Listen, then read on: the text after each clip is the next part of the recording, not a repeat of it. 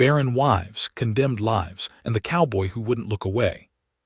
The rope was already looped over the beam when I walked in. Not tied to anything yet, just hanging there, one end coiled on the floor of the barn like a sleeping thing, the other knotted around a crossbeam with the kind of care a man takes when he's doing the last thing he'll ever do right.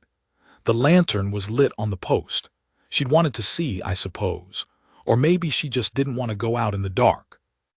I'd come in for a shovel. My horse had thrown a shoe 2 miles back, and I'd been walking her easy along the creek road and seen the light in the barn from the ridge and thought, well, I don't know what I thought. Shelter, maybe. A man to ask about the road. It was February, and the ground was iron, and the wind off the mountains carried sleet in it that stung the eyes. Her name was Nora Fitch. I didn't know that then. I just saw a woman standing on a wooden crate with her hands at her sides and her chin level and her eyes open. She wasn't crying. She had the stillness of someone who has already decided. I stood in the doorway with the cold at my back, and she looked at me the way you'd look at a man who walked into the wrong room at the wrong time. "Get out," she said. I didn't. I'm not going to tell this like I was some kind of hero. I wasn't. I'd spent the better part of 3 years being the opposite of that, and the man who walked into that barn was not a good man by most measures, and he knew it. I'd done things in the war and after it that I don't intend to describe because there are no words that make them anything other than what they were. I'd ridden with men I should have walked away from. I'd been quick when I should have been slow and slow when I should have been quick, and both at the wrong moments. I was 41 years old, and I was alone in a way that felt like weather, just the permanent condition of things, nothing to be done about it. But I didn't get out. I came inside and I closed the barn door behind me against the sleet, and I set my back against it and I looked at her. Not the rope, her. She had dark hair going gray at the temples, pulled back hard. A plain dress, good wool but mended in 3 places I could see. Her hands were rough. Her jaw was set the way a jaw gets when all the softness has been used up and only the bone is left. She was somewhere near my age, maybe a little younger, and she'd been handsome once in a way that hardship had sharpened into something more interesting than pretty. I said, "Get out," she said again. "I heard you." "Then why are you still standing there?" "Nowhere better to be." That wasn't the right thing to say. It came out wrong, not cruel, just flat. The truth has a way of landing flat when it isn't dressed up in anything. She looked at me for a moment with something like contempt and then looked away, which was worse. "You don't know me," she said. "You don't know anything about me." "No." "Then you don't have any reason to." She stopped, pressed her lips together. "You're making this harder." "I'm sorry about that." "Are you?" "Not particularly." She turned her head and looked at me, and there was something in it, not gratitude, nothing so soft as that. More like she was reassessing, like she'd expected a sermon or a platitude and gotten neither and didn't know what to do with that. I crossed the barn slowly, past the stalls, 2 horses, a mule, all 3 watching, past a workbench with a bridle half repaired, a tin cup with cold coffee still in it. I came to stand maybe 6 feet from her, which put me below her on account of the crate, so I had to look up. I didn't move toward the rope. "You have any coffee that isn't stone cold?" I said. She stared at me. "Inside, I mean. I've been walking 2 hours in that sleet, and I'd trade about anything for something hot." "You'd trade anything?" "Not anything, poor word choice, most things." She was quiet for a long time. The sleet ticked on the barn roof. One of the horses shifted its weight and the whole structure creaked. "There's a stove in the house," she said finally. Her voice had changed, not warm, but something had come loose in it. "All right." I waited. I didn't reach for her or tell her to come down or touch the rope. I just waited. After a while she stepped off the crate and walked past me to the barn door. I followed her out into the dark and the sleet. Her husband had been dead 8 months. Jeb Fitch, wheat farmer, dead of a fever in June. They'd been married 11 years and they'd had no children, which, in the particular corner of eastern Colorado she'd settled into, was a thing that sat on a woman like a brand. Barren. They said it the way they said other words that meant broken beyond fixing. I didn't learn all this that night. I learned it over several nights and then over weeks, sitting at her kitchen table with that stove between us, her talking sometimes and silent sometimes, and me mostly listening. That first night she made coffee and put bread and salt pork on the table and didn't say much, and I didn't ask much. I slept in the barn. When I woke in the morning, the sleet had stopped, and the sky had that clean, scoured look it gets after weather. I found a nail for my horse's shoe in her tack room and reset it myself, and by the time I'd gotten it right, she was standing at the barn door with more coffee, watching. "You know horses," she said. "Some." Jeb never could stand horses, they knew it. She nodded at the two in the stalls. "They were mine." "Nice animals."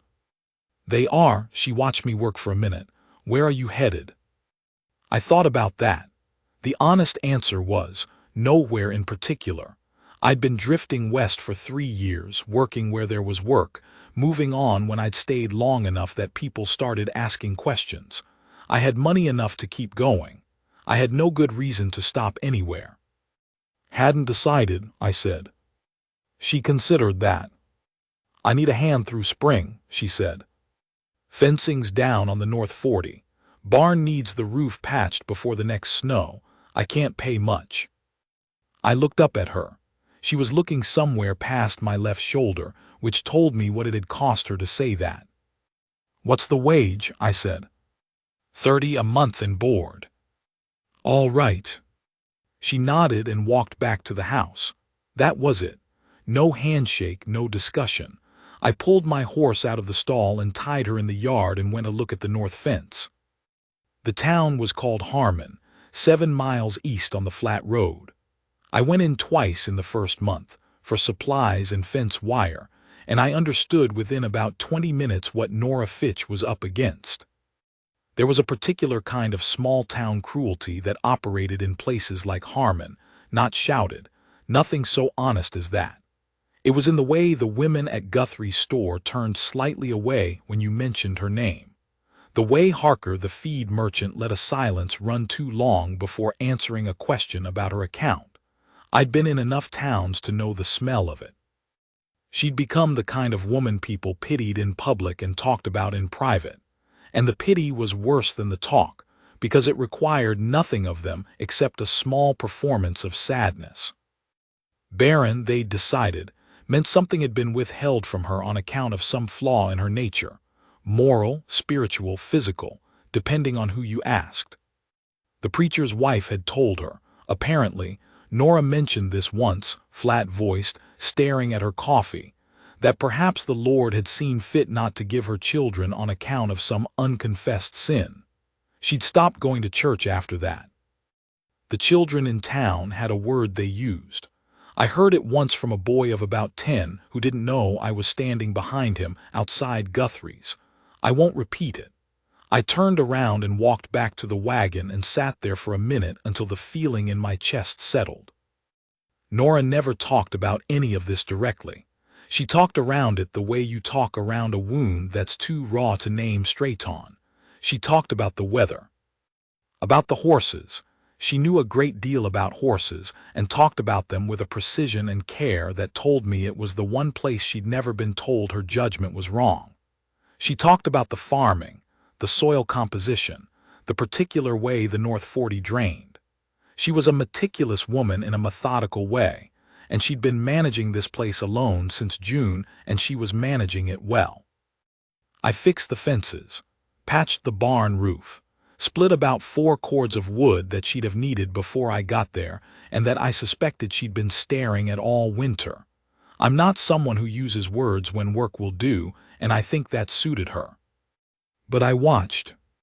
I watched the way she moved through her day, efficient, deliberate, never wasting emotion, and I watched the way she went still sometimes in the evening, sitting at the table after supper with her hands flat on the wood, looking at nothing. like she was doing a calculation that kept coming out wrong. I knew that stillness. I'd sat in it myself plenty. The thing about my own history is that I've never been someone people found it easy to stay with. I don't say that looking for sympathy. It's just the plain fact of it. I was born the third of 6 boys on a hardscrabble farm in Kansas, which meant I learned early that the world had limited use for another set of hands, and that I'd better make myself useful or get out of the way. I got out of the way. Joined the Union Army at 17. Came back to find 2 of my brothers dead and my father's farm sold and my mother living with her sister in Missouri, and no clear place for me in any of it. I was good with horses and with a rifle and reasonably good with most things that required patience and steadiness, and those qualities will get you hired and will keep you employed, but they don't make people love you. I'd been with a woman once, seriously, in my 20s, a girl named Catherine in Abilene who was bright and warm and deserved someone with more future than me. I let her go before she could figure that out herself. Did her a favor, I told myself. Maybe I did. After that, I was careful not to let things get that far again. Careful being another word for afraid, but I didn't call it that at the time. By 41, I had good tools, a good horse, useful skills, and nothing else. I was not a man anyone was waiting on. I had spent so long being competent and self-sufficient and unremarkable that I had become, to most of the world, invisible. I don't think I fully understood that until Nora Fitch looked at me. It happened gradually, the way most real things do, not in a single moment but in accumulation, small things, one after another, each unremarkable on its own. She started leaving my coffee already poured when I came in from morning chores, not saying anything about it, just there. I repaired a hinge on the kitchen cabinet that had been loose since before I'd arrived, and she ran her finger along it and said, "How'd you know that needed doing?" And I said I'd seen it the first week, and she said, "Jeb never noticed things like that," and then she went quiet and I went back outside. But there was something in the way she'd said it. She had a mare named Cora who'd been intermittently lame for 2 winters. I spent an afternoon working out what was wrong. A stone bruise healing poorly on account of the way the mare's shoe was seated. And when Cora moved sound the next morning, Nora stood in the yard watching her, and I heard her exhale. Long and slow, like she'd been holding something for a while. "What do I owe you for that?" she said. "Nothing. Everything around here has a price." "Not everything," I said. She looked at me then with an expression I couldn't read. Not soft, not hard, something suspended between them. In the evenings after supper she began asking me questions. Careful, practical questions at first about soil, about weather patterns, about what I'd seen of other operations. She had plans for the farm, real plans, and she talked about them the way a person talks when they haven't had anyone to talk to in a long time, and they're not entirely sure anyone's listening. I was listening. I listened the way I've always done things, completely, without showing much, which I know can look like indifference but isn't. "You don't say much," she said one night. "I'm listening." Most men listen like they're waiting to talk. Most men aren't interested in what you're saying. She was quiet for a moment. "And you are?" "Yes." She looked at me direct, straight, the kind of look that doesn't glance away. "Why?" I thought about it.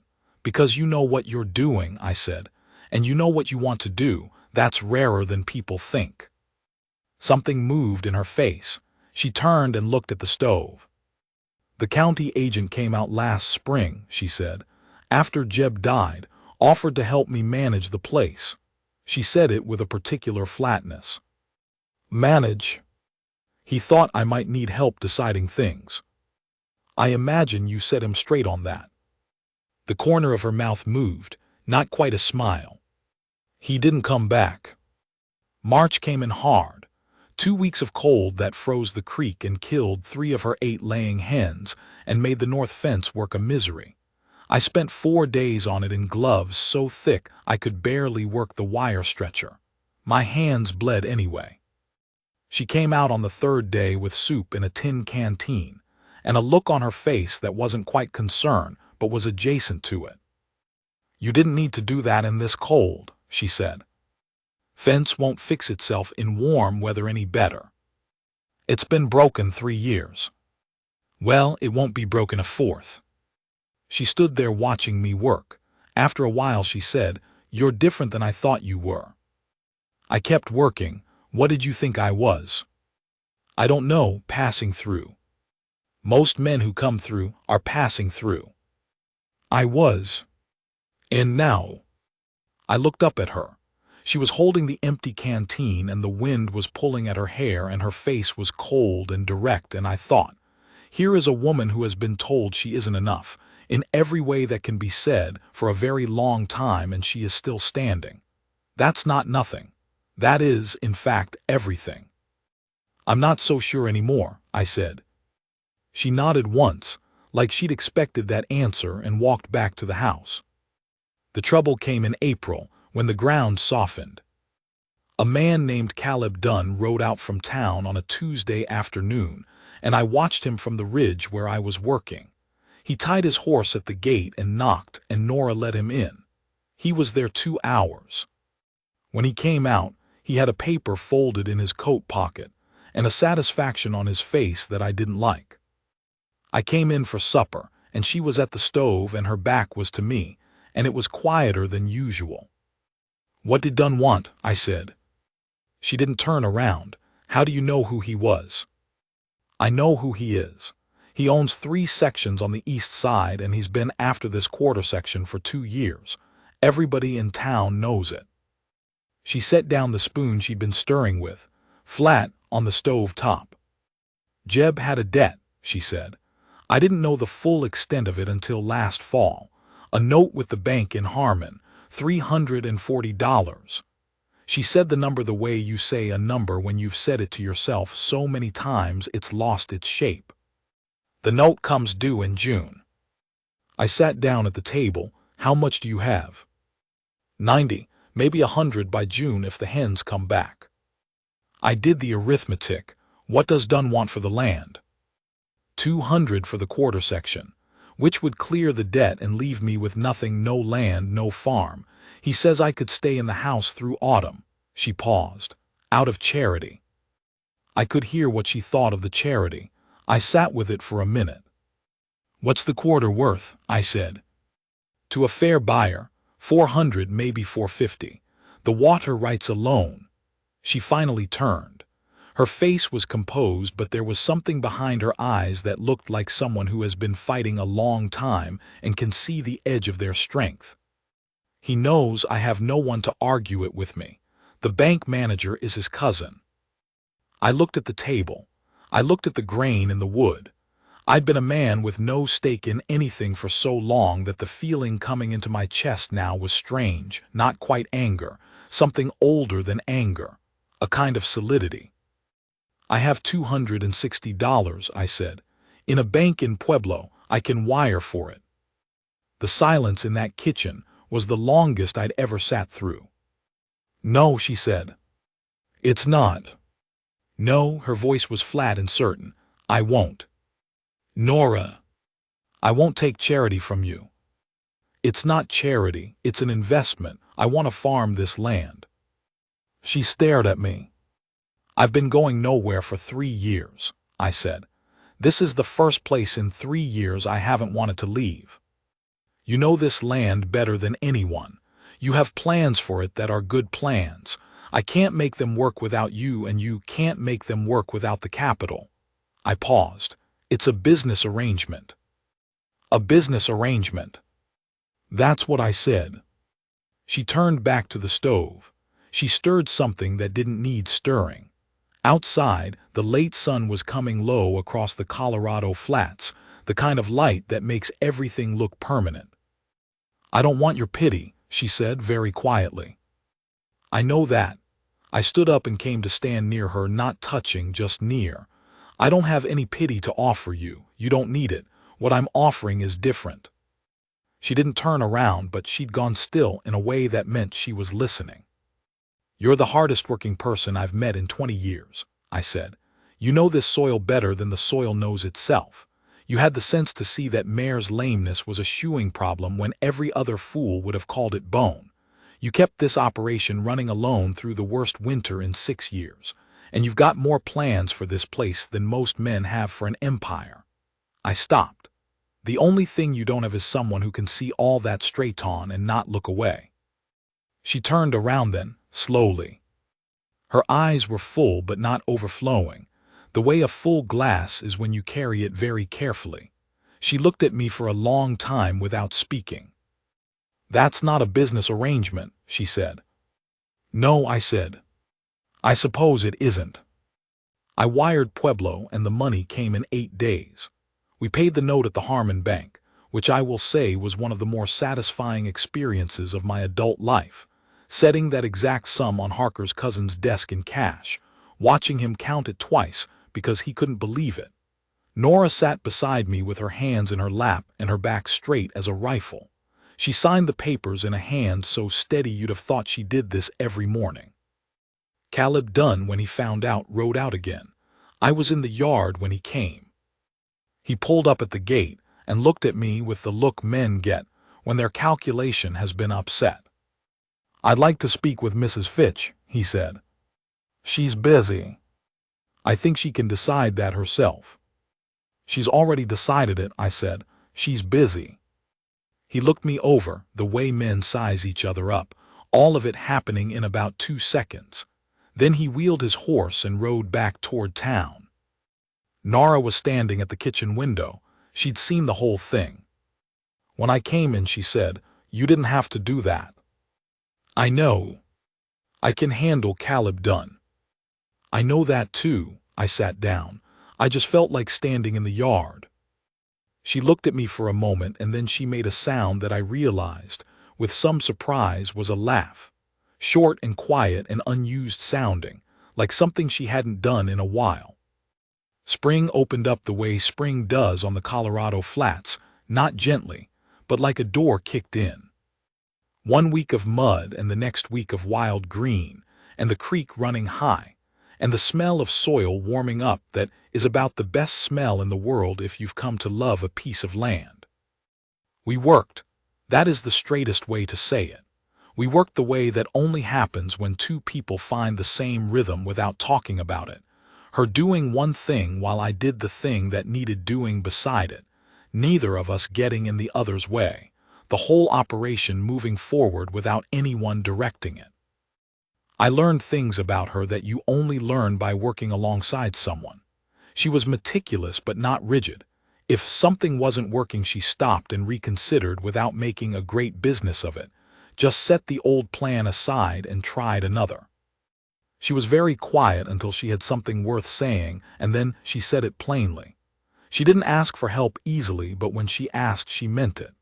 She had a fierce patience with the animals and almost no patience at all with dishonesty, which I respected because it matched my own disposition.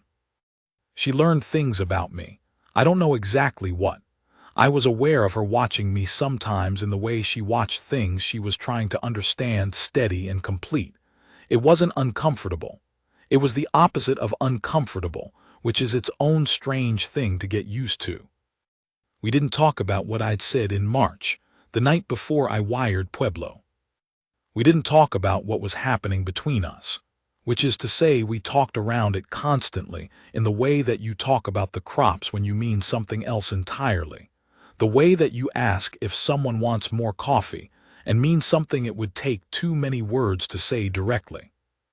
One evening in late May, I was at the workbench in the barn oiling harness leather, and she came in and stood near me, and after a while she said, "Tell me something about before." Before what? Before here, before February. I kept working the leather, not much worth telling. I don't believe that. I was quiet for a while. The lantern made its small light. The horses were quiet and the evening was warm and I was aware of her beside me the way you're aware of heat. I was in the war, I said finally. Both sides needed men who could move fast and quiet, and I was that kind of man. I did things I was good at that I wish I hadn't been good at. I paused. After the war, I did some of the same things for money, not for long enough. I set down the leather. I've been walking away from it for about 20 years. Some days I'm further away than others. She was quiet, not the silence of judgment, just the silence of someone taking something in. The winter you came here, she said slowly, what were you walking away from then? I thought about it, myself mostly. She nodded, like she understood that exactly. I tried to do the same thing, she said. Walk away. She meant the barn, the rope, the crate. I know. What made you stay? She asked it quietly, not as an accusation, genuinely wanting to know. I looked at her. I didn't have anywhere better to be, I said, which was what I'd said that night, and which I'd meant then the same as I meant it now, not hopelessness, but a particular kind of recognition. The recognition that this place, this woman, this cold barn in February, this was the thing worth stopping for. She looked at me for a long time. Then she reached out and put her hand over mine on the workbench. Her hand was rough and warm, and she held mine with a steadiness that went through me like something I hadn't felt since I was young enough to believe the world had room for me in it. All right, she said. She wasn't talking about anything practical. All right, I said. I should say something about the town, because the town kept at it. There were the two women from the Methodist church who came out in June with a covered dish, and a set of opinions about propriety that Nora received at the door without inviting inside. There was a conversation she told me about with the postmaster's wife who had asked, with elaborate concern, whether she was quite sure about things. There was the Sunday we went to town together for supplies, and I felt the eyes on us, and it occurred to me that what they were deciding, the town, its machinery of small judgments, was that Nora Fitch, the Barren widow, had managed to get herself involved with a man of no fixed address and uncertain history. Which was true and which was, in the way of these things, also completely beside the point. I had a conversation with Harker, the feed merchant, that I won't go into in detail, except to say that I made my position clear, and he heard me, and Nora never had trouble at his counter again. But mostly I left it to her, because she didn't need me to fight her fights. What she needed was someone who could stand beside her and not look away, and that I could do. I was good at standing. I'd spent my whole life standing in one spot or another, standing at attention, standing watch, standing in doorways, and I'd never had a spot that was worth standing in until now. The summer was dry, and it burned us once. A stretch of 3 weeks in August where the creek dropped to nothing and I hauled water twice a day. And we lost a third of the kitchen garden but saved the wheat field and the horses. And at the end of it, we were both so tired that we sat on the porch in the dark without talking for about an hour. And I think that was the first time in my life I understood what it meant to be tired alongside someone instead of tired alone. She fell asleep sitting up in her chair with her head dropped toward her shoulder, and I carried her inside and put her on the bed without waking her, and went back out to the porch and sat there until the stars came and thought about the strange road a man's life takes. In September she asked me to stay. Not stay through winter, stay. We were at the table and it was evening, and the lamp was between us, and she was direct about it the way she was direct about everything, looking at me without looking away. I know what you are, she said. I know your history well enough. I know there are things you'd rather not have done, and I know you're not sure you're the kind of man who stays. She paused.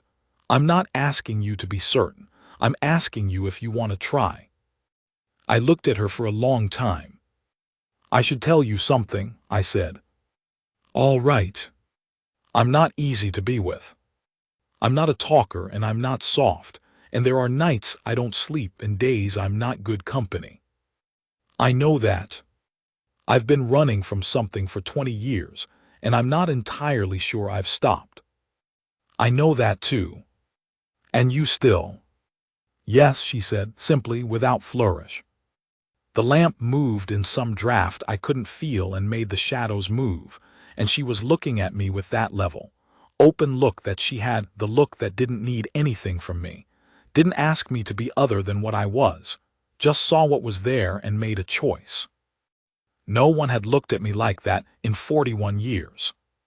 I reached across the table and took her hand, and she turned her hand over and held mine, and we sat there in the lamplight with the Colorado night around us, and the wheat standing in the field and her horses quiet in the barn.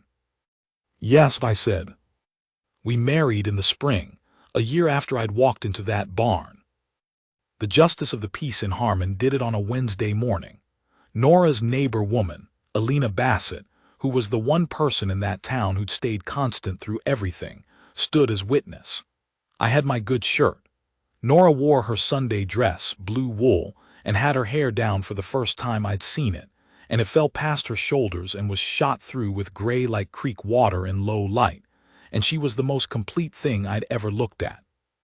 The justice read the words and we said the words back, and he shook my hand and told me I had a fine woman, which was the truest thing he'd ever said. And we walked out into the April morning with the cottonwoods coming green and the air still cold enough that our breath showed. She took my arm on the steps. We stood there for a moment in the thin spring light, just the two of us, and I thought about the rope in the barn and the sleet on the roof and the long cold road to this moment, and I thought, here, this is where the road was going. I just couldn't see it. You're thinking loud, she said. Sorry. Don't be. She leaned her head against my shoulder for just a moment, briefly, not dramatically, the way she did everything, and then she straightened up. Come on, she said. The horses need feeding. I followed her down the steps and into the morning. The second winter tested us in ways the first had not. Not the weather, though the weather was brutal, a January that kept the temperature below zero for 11 days running and killed 3 of the neighbors' cattle and froze the pump in the yard and cracked 2 of the window frames on the north side of the house. That I could handle. Cold is just cold. You chop more wood, you check the animals twice a day, you keep moving. What tested us was proximity. 2 people in a farmhouse through a hard winter is not the same as 2 people in a farmhouse through a mild one. Every habit becomes visible. Every silence has a shape. I'm not always easy to be around, I've said this, and in the close quarters of those short dark days, I was aware of my own edges in a way I usually wasn't. The way I went quiet sometimes for most of a day. The way I had to be outside even when outside meant frostbite, just to feel the space around me. The dreams I had sometimes that woke me with my heart going hard, the kind you can't explain and wouldn't want to. She didn't try to fix any of it. That sounds small, but it isn't. It is, in fact, the thing that I think most people don't understand about what it means to be with someone. Trying to fix a man's damage is a way of telling him the damage makes him wrong. She never did that. She saw the whole of me, the reliable parts and the broken parts and the parts I wasn't sure about, and she didn't set to work on me. She just stayed. She went about her days and she let me go about mine, and when I came back to myself she was there, same as before, as if the difficult version of me was simply another version and not a problem to be solved. I came in one morning from the barn. It was the 9th day below zero, my face half frozen, my hands clumsy with cold, and she handed me coffee without a word and then went back to what she'd been doing, which was mending one of my shirts at the kitchen table. And I stood there with the coffee and I watched her work and I thought, I am not a man who has been loved much. I have been used and I have been useful and I have been, in various places, tolerated. But this is different. This is a woman who has seen the whole of it and is sitting at my kitchen table mending my shirt on the 9th morning of a brutal January as if I am worth the thread. I didn't say any of that. I sat down and drank my coffee. But I thought about it. I thought about it a lot. There was a thing that happened in February of that second winter that I've told no one and won't say the whole of here. But I'll say this much. There was a man who came through from the east with connections to the work I'd done 20 years ago, work I'd long since left behind, and he knew my name and he knew my face, and he made clear in a short conversation at Harker's counter in Harmon that he had uses for a man with my particular history. I told him no. He said the kind of things men say when they mean to make you reconsider, about the past, about what's on record and what isn't and who knows what, the usual machinery of that kind of persuasion. I said no again, and I meant it, and he read that I meant it. And after a while, he rode back east, and I drove back to the farm in the cold and sat in the barn for a while before I went inside. Nora was at the stove. She looked at me when I came in, and she didn't ask anything. She had a gift for knowing when a thing was mine to carry, but she held my eyes for a moment before she turned back to the stove, and that look said, "I'm here. I see you. You're all right." I went and washed up and came back to the table, and we ate supper, and she told me what she was planning to do with the east field in the spring, and I listened, and I felt the weight of the day dissolving the way weight dissolves when someone gives you a place to set it down without making you explain why you were carrying it in the first place. That was the last time the old life came looking for me. I think it understood by then that I was done with it. The spring I'm thinking about most when I think about this, the spring that meant something more than just the end of winter, was the third spring. 2 years after I'd come, a year after we'd married. The wheat came in well, and we had, for the first time, more than we needed. Not wealthy, we were never wealthy, and I didn't much care about that, but comfortable. The bills were paid, and the barn was sound, and there was money in the bank that was ours together, and plans that were real plans, not the desperate kind. She had been quiet for a few days in a way that was different from her usual quiet. I noticed it but didn't ask. She would tell me when she was ready, and she always was. It was a Sunday afternoon, and we were on the porch, and the air was warm, and the first green was coming on the cottonwoods along the creek, and she said, "I want to tell you something." "All right." "I've been thinking about the Barren thing," she said. She said it directly, without ceremony, the way she said hard things. What they say about it, what they decided it meant about me. I waited. "I used to believe it," she said. "Not about the sin, I never believed the preacher's wife, but I believed the rest of it, that I was incomplete, less." She paused. "I thought there was something withheld from me that other women got, and that the absence of it made me less of a thing." The cottonwoods moved in the breeze. Down the slope the wheat was silver green in the afternoon light. "And now," I said. She was quiet for a moment. "Now I think they were just wrong," she said. "I think they looked at what I didn't have and decided it defined me, and I let them because I didn't have anyone to tell me otherwise." She turned and looked at me. "You looked at what I did have, from the first night. You looked at what was there and not what was missing." I held her gaze. "There's a great deal there," I said. She nodded. "I know that now."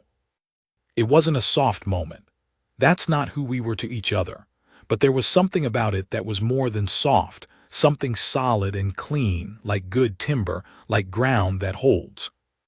She reached over and put her hand on my forearm and left it there, and I put my hand over hers, and we sat like that in the spring afternoon and watched the wheat move. I should say something about what it does to a man, being seen. I don't mean admired, I don't mean flattered.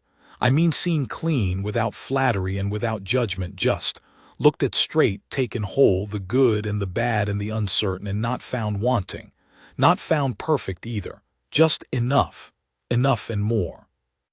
I had been many things in my life: soldier, hired hand, man of certain skills best left unnamed, drifter, and through all of it I had been, in some essential way, invisible to the people around me, not disliked, not notable enough to dislike, just there and then not there, and it made no difference either way. Nora Fitch made a difference. She made a difference from the first night when she came inside out of that dark barn, because a man she didn't know and had no reason to trust stood in the doorway and didn't leave. I made a difference to her that night. I kept her here in whatever imperfect way, and then slowly, over months and then years, she made a difference to me. She made me matter. Not to the world, not to Harmon or Colorado or any of the places I'd passed through. To her. Specifically, particularly to her. A woman who could have looked away and never did. That is the whole story, if I'm honest. Two people who had been in different ways discarded by the world's counting and who looked at each other straight and saw, you are here, you are enough. Stay. We stayed. That was a long time ago now, more years than I can count smooth. The farm is different, better. She was right about the North 40, it drains the way she said it would and the wheat there runs tall every year. We lost the mule and got two new ones. Cora the mare died old and easy in her own stall, which is about the best death a horse can get. We built a proper root cellar and extended the barn and put in a kitchen pump so she didn't have to haul water from the well all winter. The town made its peace with us or didn't. I genuinely stopped keeping track. Harmon is Harmon. People are people. Some of them came around. The ones who didn't, well, I never needed their good opinion and she had stopped needing it long before I arrived. She still talks about the farm the way she talked about it at that kitchen table in the first winter, with plans, with precision, with a kind of deep ownership that I've never seen in a man who's farmed the same land twice as long. She knows every piece of it. She knows what it needs before it knows itself. I've learned more from watching her work than I ever learned from anything else in my life. There are still nights I don't sleep. She knows. She doesn't make a thing of it. Sometimes I come out to the porch, and after a while she comes out too, and we sit together in the dark, and that's enough. More than enough.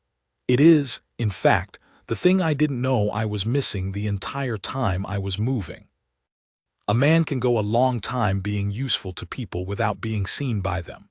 Being useful and being seen are not the same thing. I know that now in a way I couldn't have explained before. A woman looked at me, a woman the whole territory had written off, called barren and condemned and finished and worse, and she looked at me when I was nobody going nowhere, and she saw something worth staying for. I'm not a man given to speeches. I don't have a tidy way to end this. There's the farm.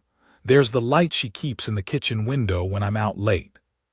There's the way she says my name, just once plain, like it means something, when she wants to tell me something has gone well.